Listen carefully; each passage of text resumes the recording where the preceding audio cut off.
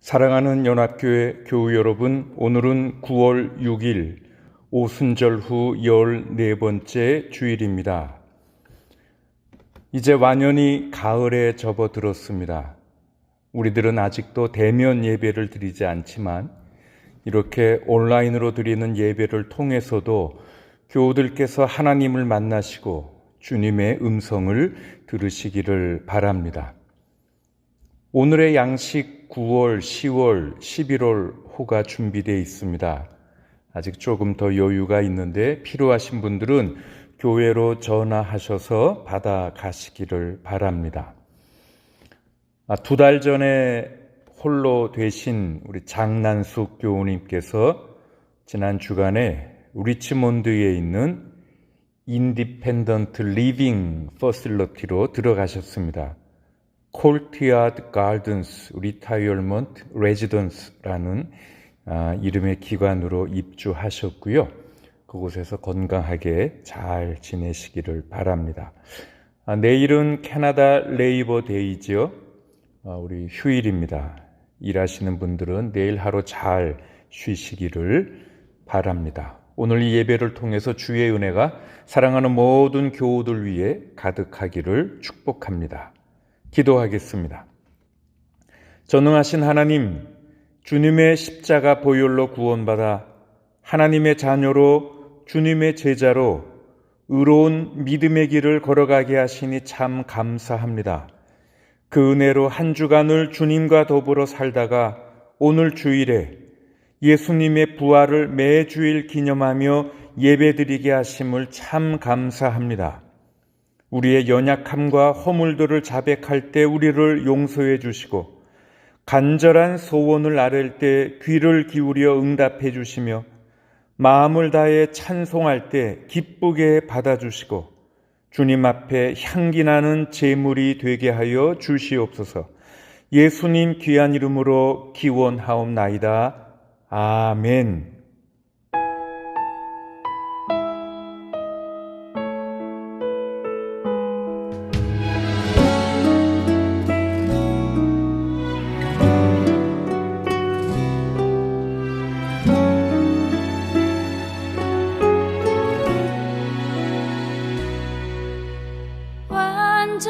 완전하신 나의 주, 의의 길로 날 인도하소서.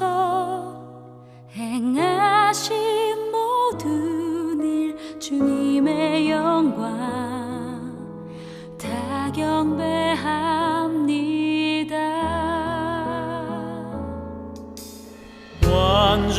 완전하신 나의 주, 의의 길로 날 인도하소서.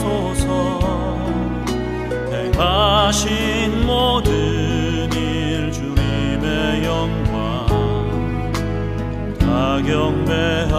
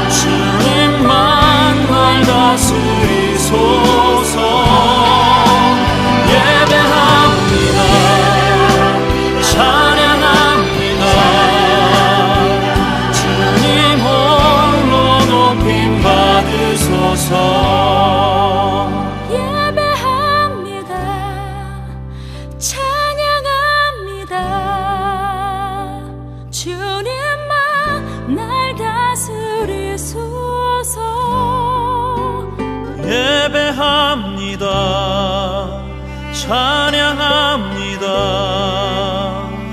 주님 홀로 높임 받으소서.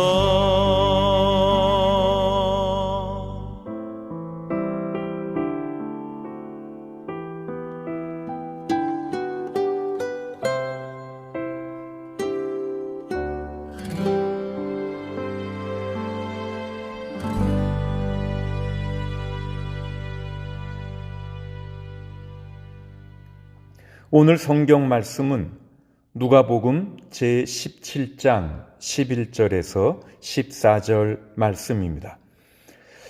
예수께서 예루살렘으로 가시는 길에 사마리아와 갈릴리 사이로 지나가시게 되었다. 예수께서 어떤 마을에 들어가시다가 나병 환자 10사람을 만나셨다. 그들은 멀찍이 멈추어 서서 소리를 높여 말하였다. 예수 선생님, 우리를 불쌍히 여겨 주십시오. 예수께서는 보시고 그들에게 말씀하셨다. 가서 제사장들에게 너희 몸을 보여라. 그런데 그들이 가는 동안에 몸이 깨끗해졌다. 이것은 하나님 말씀입니다. 아멘. 오늘 누가복음 성경 본문은 사복음서 중에서 오직 누가복음에만 나오는 아주 유니크한 내용입니다. 마태나 마가나 요한 같은 다른 복음서 저자들은 예수님의 생애에서 이 사건을 언급하지 않았습니다. 오직 누가만이 이 사건을 우리에게 알려주고 있습니다. 11절부터 시작되는 오늘 본문은 그런데 우리 삶에 있어서 한 중요한 비밀을 우리에게 알려주고 있습니다. 제가 비밀이라고 굳이 언급하는 것은 제가 얼마 전에 이 본문을 다시 읽고 묵상하면서 그 전에 미처 깊이 생각하지 않았던 것인데 이번에 새롭게 생각하고 묵상하면서 정리되었기 때문에 제가 비밀이다라고 말씀드린 것이고요.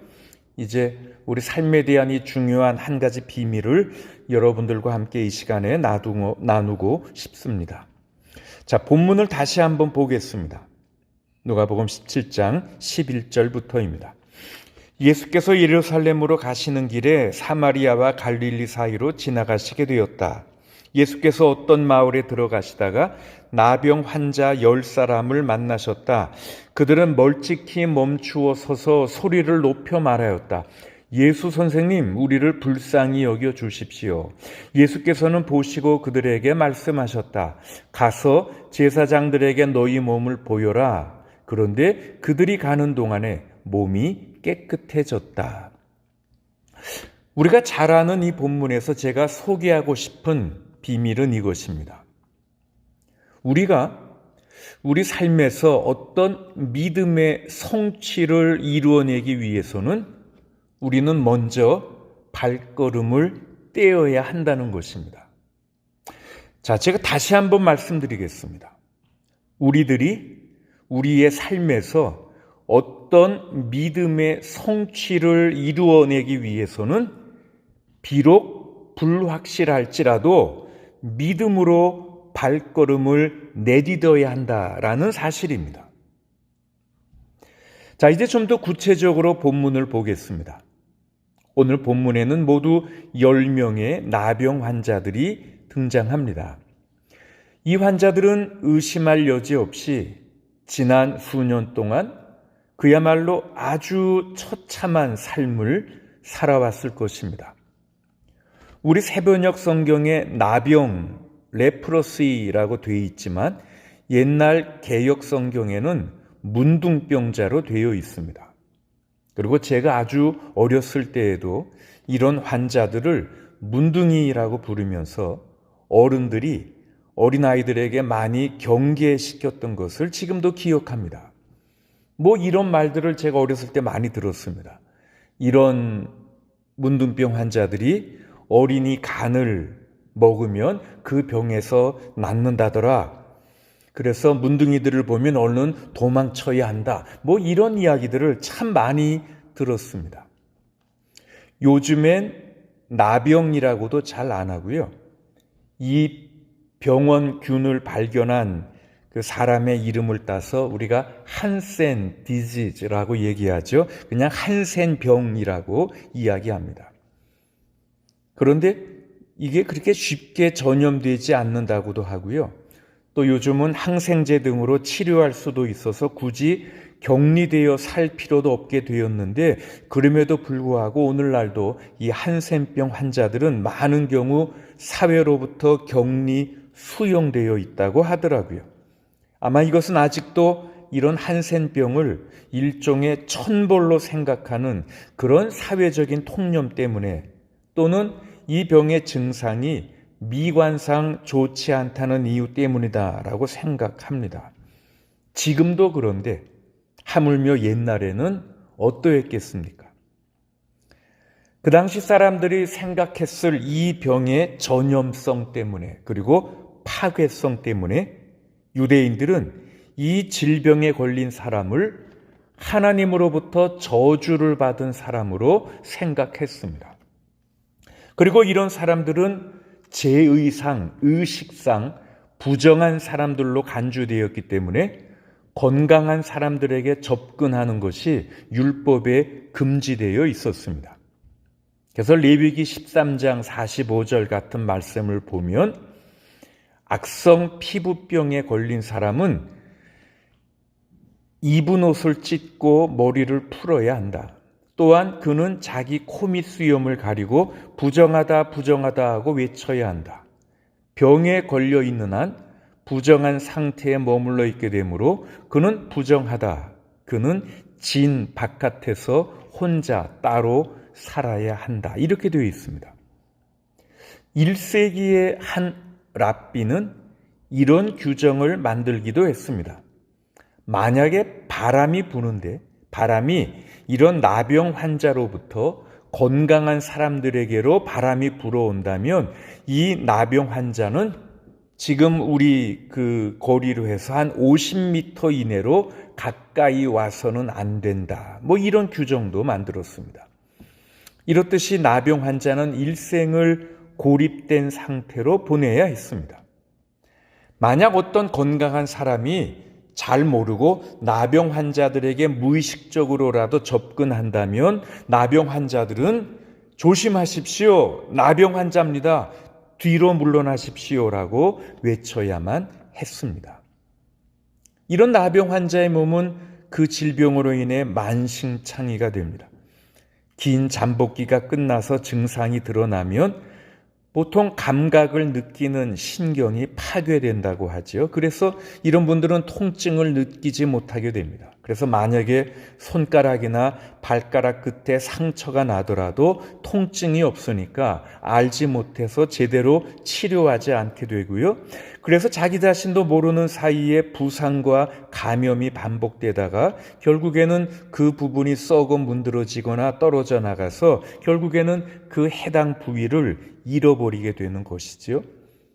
그리고 온 몸이 죽은 피부의 흰색 얼룩으로 덮여져서 마치 커다란 종기의 딱지처럼 비늘처럼 피부가 벗겨지기도 하지요.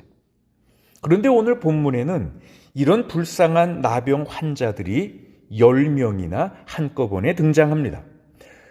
구약에 보면, 열왕기하에 보면 4명의 나병 환자들이 같이 다닌 기사가 있지만 10명이 함께 다니는 것은 이 당시로 굉장히 보기 드문 일이었습니다. 아마 그 근처에 그들이 집단으로 사는 거처가 있었을지도 모르겠습니다. 자, 오늘 다시 본문 12절을 보겠습니다. 예수께서 어떤 마을에 들어가시다가 나병 환자 10사람을 만나셨다. 그들은 멀찍이 멈추어 서서 소리를 높여 말하였다. 예수 선생님, 우리를 불쌍히 여겨 주십시오. 이 나병 환자들이 예수께서 가시는 맞은편에서 걸어오다가 예수님과 그 일행을 보았는지 모르겠습니다. 아니, 어쩌면 저 언덕 위에서 예수님 일행을 알아보았는지도 모르겠습니다. 어쨌든 그들은 가까이 다가서지 못하고요, 멀찍이 멈추어 서서 소리 높여 말합니다. 예수 선생님, 우리를 불쌍히 여겨 주십시오. 자, 예수님이 어떻게 대답하시는지요? 14절에 보면 예수께서는 보시고 그들에게 말씀하셨다. 가서 제사장들에게 너희 몸을 보여라. 아마 예수님께서도 목소리를 높여서 크게 소리치셨을 것입니다. 가서 제사장들에게 너희 몸을 보여라. 이건 뭐 특별한 것도 없고 확실한 약속도 없습니다. 그냥 단순히 가서 제사장들을 만나라 하는 것입니다.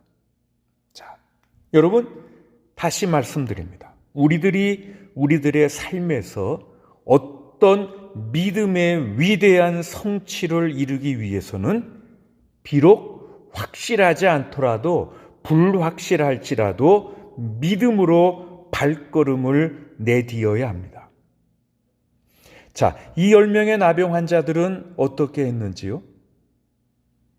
아마 의심할 여지 없이 그들은 예수님께서 다른 병자들을 고쳐주시는 것을 보았을 것입니다.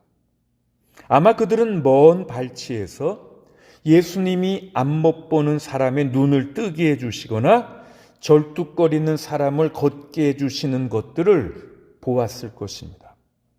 그래서 그들은 지금 예수님을 알아보았을 때 큰 소리로 외칩니다. 아니, 이거는 눈물로 호소하는 것이라고 생각합니다. Master, have mercy on us. 선생님, 우리를 불쌍히 여겨 주십시오. 그런데 예수께서 큰 소리로 대답하십니다. Take a walk. 걸어가라. 제사장에게로 가라. 그렇게 말씀하십니다. 여러분, 지금 그들은 두 발로 걸어서 제사장에게로 가야 했습니다. 그들은 걸음을 내디뎌야 했습니다. 자, 이 나병 환자들이 첫 걸음을 내디뎠을 때 그들은 여전히 나병에 걸린 상태였습니다. 그런데 14절에 보니까 그런데 그들이 가는 동안에 몸이 깨끗해졌다. 누가는요, 이 환자들이 가는 동안에 병이 나았다라고 우리에게 말해줍니다. 여러분, 이 장면을 한번 머릿속에서 그려 보십시오.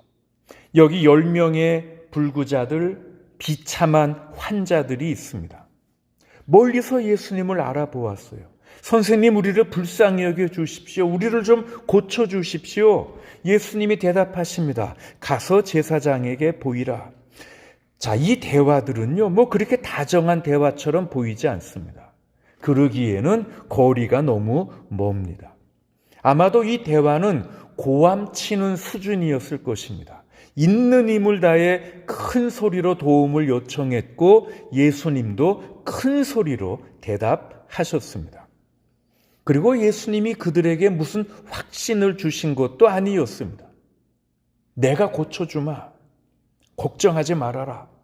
너희들의 병은 다 나을 거야. 뭐 이런 말씀이 아니었습니다.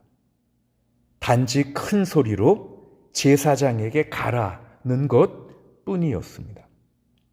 그런데 참 놀라운 것은 이 10명의 나병 환자들이 확실하지 않은 가운데서도, 확실하지 않은 그런 믿음 가운데서도 그들이 반응을 보였다는 것입니다.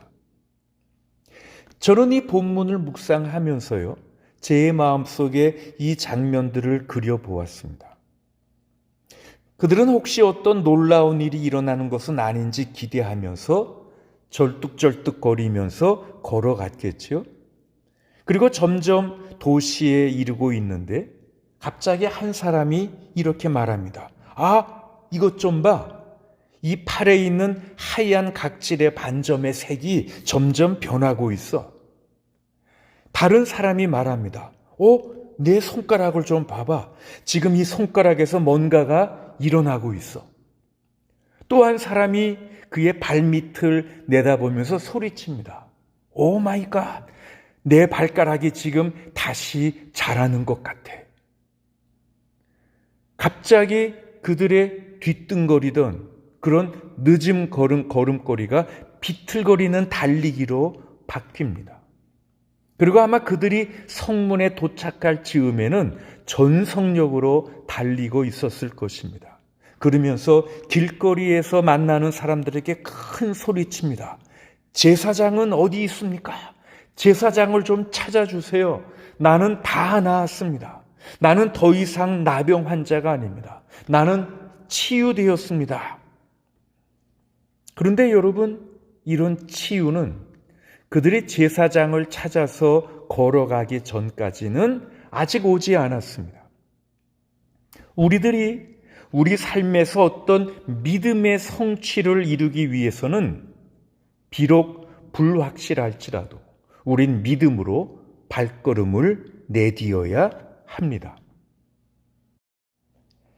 그런데 이것과 같은 맥락의 이야기가 구약에도 나옵니다. 그것은 여호수아와 관계된 사건입니다. 여호수아는 이스라엘의 최고의 군사 지도자였습니다. 일찍이 모세가 이스라엘 백성들을 이집트의 노예 상태에서 해방시켜 이끌었지요. 그리고 모세는 자기가 죽기 전에 여호수아를 백성의 지도자로 임명합니다. 그래서 여호수아로 하여금 가나안 입성을 지휘하게 했습니다. 그리고 이제 가나안 땅을 주겠다는 하나님의 약속이 성취될 날이 왔습니다. 이스라엘 백성들은 요단강 동편에 도달했습니다. 저쪽으로 여리고 요새 그리고 약속의 땅이 강 건너편 서쪽으로 보입니다. 이때는 봄이었습니다. 그래서 저 북쪽에 있는 호렙산의 눈들이 녹아내려 요단강으로 몰려드는 그런 계절입니다. 역사가들은 이 계절의 요단강의 깊이가 꽤 깊었다라고 말합니다. 10에서 15피트에 이르렀다고도 말하더라고요. 돌들과 나뭇가지들 그리고 온갖 잡동사니들이 저 북쪽으로부터 큰 물살에 휩쓸려 강을 따라 내려갑니다. 물길은 빠르고 깊고 위험했습니다.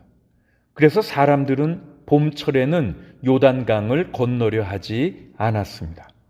그런데 하나님께서는 여호수아에게 이렇게 말씀하십니다. 여호수아 1장 2절입니다. 나의 종 모세가 죽었으니 이제 너는 이스라엘 자손 곧 모든 백성과 함께 일어나 요단강을 건너서 내가 그들에게 주는 땅으로 가거라. 자리에서 일어나 강을 건너 저 땅으로 가라라고 하십니다. 자, 여러분, 지금 여러분 각자가 요단 강변에 서 있는 여호수아라고 생각을 해보십시오. 나의 머리에는 지금 장군의 헬멧이 씌워져 있습니다. 그리고 어깨에는 사령관 계급장이, 팔에는 견고한 방패가, 그리고 허리띠에는 날카로운 칼이 꽂혀 있습니다. 그리고 나의 앞에 저 산 언덕에는 수많은 이스라엘 백성들이 지금 나의 명령을 기다리고 있습니다. 여러분, 이게 얼마나 멋있고 영광된 순간인지요. 그런데 그때 갑자기 바로 뒤에서 한 작은 음성이 들려옵니다. 종철아, 강 한가운데 서서 백성들이 내가 너와 함께 한다는 사실을 알게 해라. 가서 강 한가운데 서라는 것입니다. 네, 뭐라고요, 하나님? 물이 얼마나 깊고 물살이 얼마나 사나운데요. 누구도 봄에는 요단강을 건너려 하지 않습니다. 그런데 그때 다시 하나님의 음성이 반복됩니다. 종철아, 가서 강 한가운데 서라. 여호수아여, 가서 강 한가운데 서라. 여호수아 3장으로 가면 여호수아가 백성들에게 이렇게 외칩니다. 여러분 자세히 보십시오. 오늘 여러분은 그 전에 보지 못했던 것을 오늘 보게 될 것입니다. 그러면서 제사장들에게 이렇게 말합니다. 여러분들은 언약궤를 들으십시오. 우리들은 가나안을 점령하러 출발합니다. 여러분, 성경은 언약궤를 안과 바퀴 다 완전하게 금으로 덮여진, 금으로 도금된 나무 상자라고 묘사합니다. 그래서 무겁습니다. 그리고 언약궤 안에는 가벼운 깃털 같은 것이 있는 것이 아니고요. 그 안에는 바위로 채워져 있었습니다. 십계명의 돌판이 있었거든요. 그런데 얼마나 무거웠겠어요? 제사장들은 언약궤 아래쪽 네 귀퉁이에 달린 고리에 막대기를 끼워서 하나님의 임재의 상징인 언약궤를 어깨에 메었습니다. 그리고 요단강을 향해 첫 발을 뗍니다. 물은 계속 급하게 내려갑니다. 그리고 두 번째 발을 뗍니다. 한 발, 두 발, 그들은 그렇게 곧장 요단강 강둑으로 내려갑니다. 급류는 여전히 거품을 일으키며 으르렁거리고 내려갑니다. 그런데 제사장들의 발바닥이 요단 강물에 닿자 물길이 줄어들고 끊어집니다. 그리고 이스라엘 백성들은 한 걸음씩 한 걸음씩 마른 땅을 건너듯 요단강을 건넜다라고 여호수아서에서 이야기합니다. 여러분, 그렇습니다. 우리들의 삶에서 어떤 믿음의 성취를 이뤄내기 위해서는 비록 확실하지 않더라도 불확실할지라도 믿음으로 발걸음을 먼저 내디뎌야 합니다. 그런데 그렇게 했는데도 아무 소용이 없으면 어떻게 하나요? 우리들이 기도하고 발을 내디뎠는데도 아무 일도 일어나지 않으면 어떻게 하는지요? 여기 구약에 또 다른 이야기가 하나 있습니다. 이 이야기도 오늘의 비밀과 관련이 있습니다. 저는 이 이야기를 한 6살, 7살 안 됐을 때 교회 주일학교에서 처음으로 들었습니다. 그건 다니엘서에 나오는 세 다니엘 친구에 관한 이야기입니다. 사드락, 메삭, 아벳느고라는 이 세 친구 이야기죠.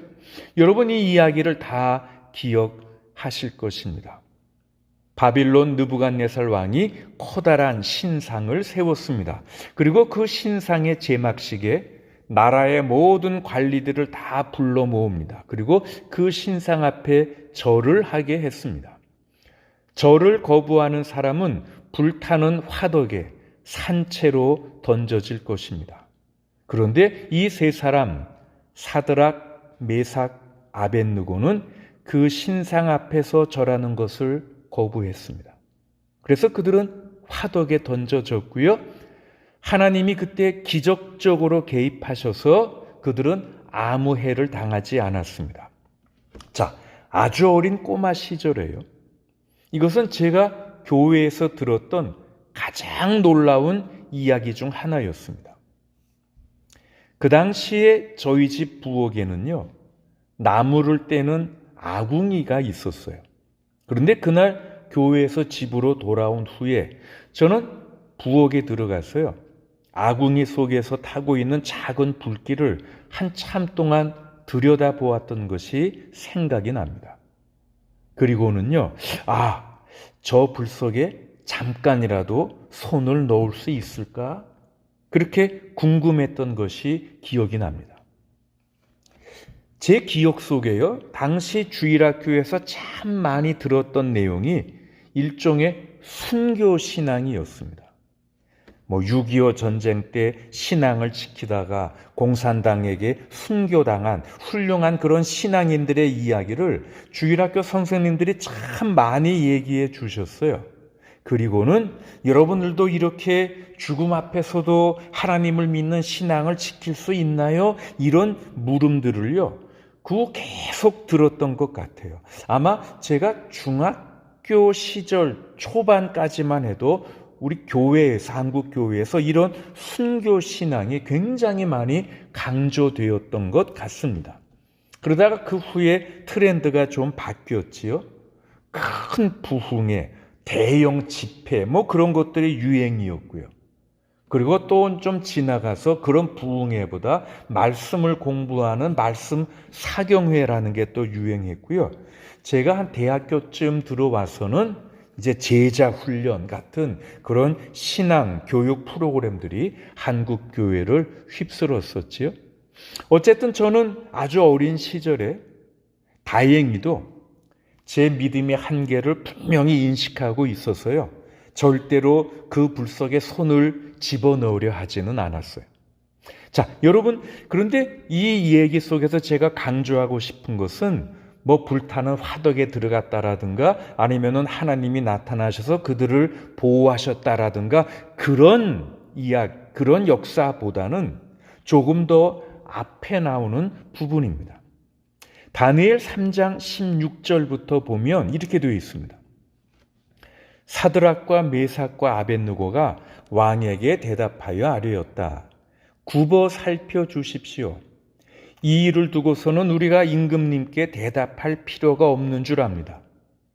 불 속에 던져줘도 임금님, 우리를 지키시는 우리 하나님이 우리를 활활 타는 화덕 속에서 구해 주시고 임금님의 손에서도 구해 주실 것입니다.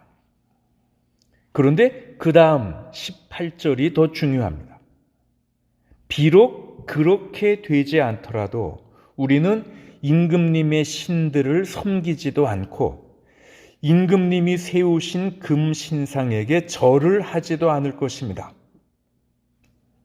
자, 우리들이 하나님의 역사하심에 접근할 때 취해야 할 믿음의 태도가 어떤 것인가가 이 구절에 나타나 있습니다.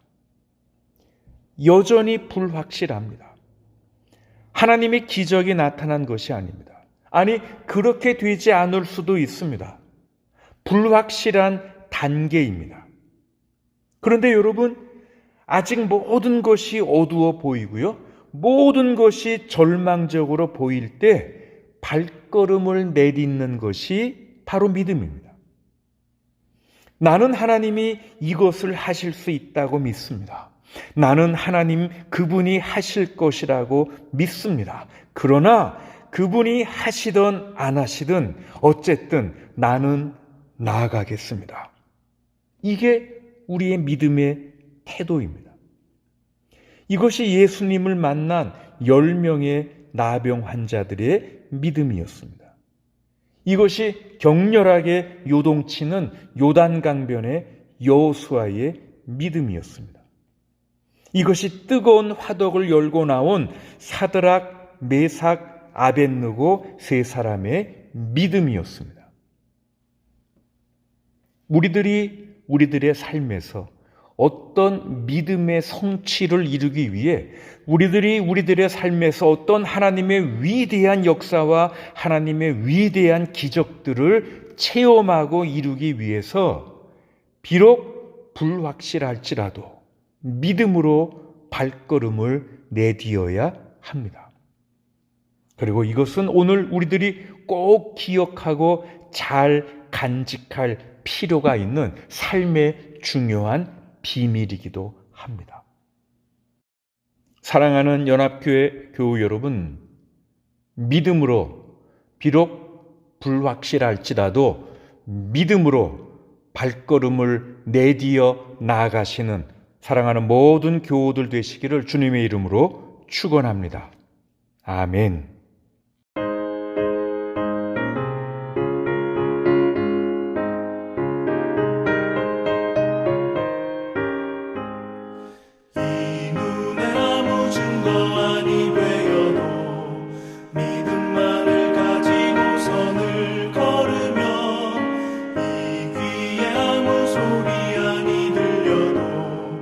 하나님의 약속 위에 서리라.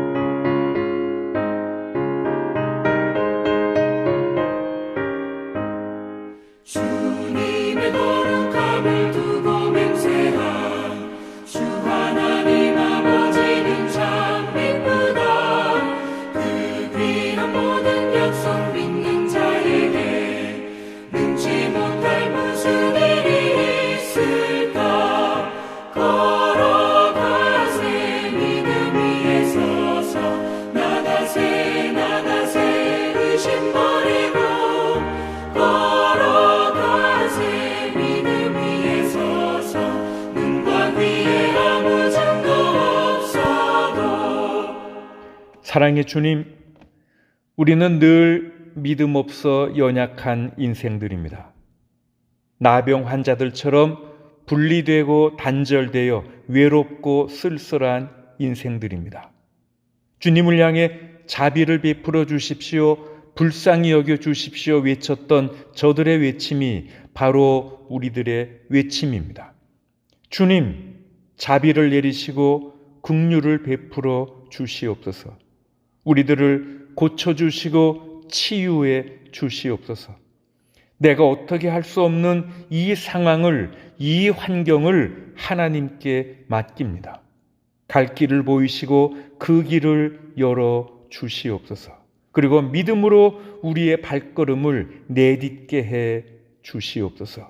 하나님을 신뢰하며 주님의 약속을 믿으면서 하나님의 선하심과 인자하심을 의지하며 믿음으로 나아가게 해 주시옵소서. 우리의 발이 요단 강물에 닿을 때 그 흉룡한 물결을 잔잔케 해 주시옵고 그 깊은 강물이 마른 땅이 되게 해 주시기를 소원합니다. 그러나 하나님, 그리 아니하실지라도, 그러나 하나님, 내 뜻대로 되지 않을지라도, 내 기대대로 되지 않을지라도 우리는 계속해서 믿음으로 나아가겠습니다. 계속 주님을 신뢰하겠습니다. 여전히 불확실하지만, 여전히 어두움이지만, 여전히 희망의 빛이 보이지 않지만 그래도 믿음으로 발걸음을 내딛겠습니다. 주님, 그렇게 믿음으로 나아가는 저희들을 주님의 뜻대로 인도하여 주시옵소서. 주님의 계획을 이루어 가시옵소서. 교우들을 안전하게 지켜주시되 나이 많아 연세 든 교우들이 많이 있사오니 위로해 주시고 격려해 주시고 매일매일 하나님이 주시는 소망과 위로와 기쁨이 가득하게 해 주시옵소서. 육신의 질병을 갖고 있는 교우들에게 치유의 빛을 내리시고 성령의 불로 태우시며 성령의 물로 씻기셔서 다시 건강케 해주시기를 바랍니다. 가정의 자녀들을 위해 기도하는 부모들의 간구를 들으시고 응답해 주시옵소서. 교우들이 어디에서 일하건 무슨 일을 하건 축복의 그릇과 통로가 되게 하시오며 가정의 사업과 기업들을 주님 친히 돌보아 주시기를 간절히 간구하옵나이다. 이제 가을로 접어들었습니다.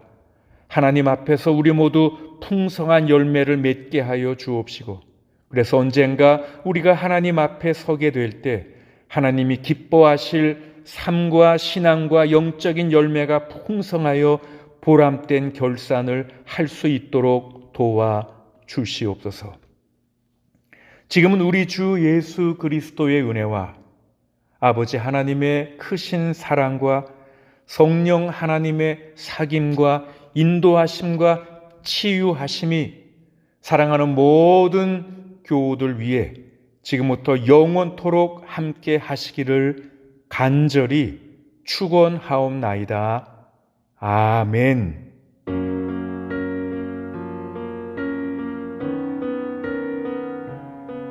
주 너를 지키시고 축복하시리. 그의 빛난 얼굴 내게 비춰내 주시리. 은혜 주시리.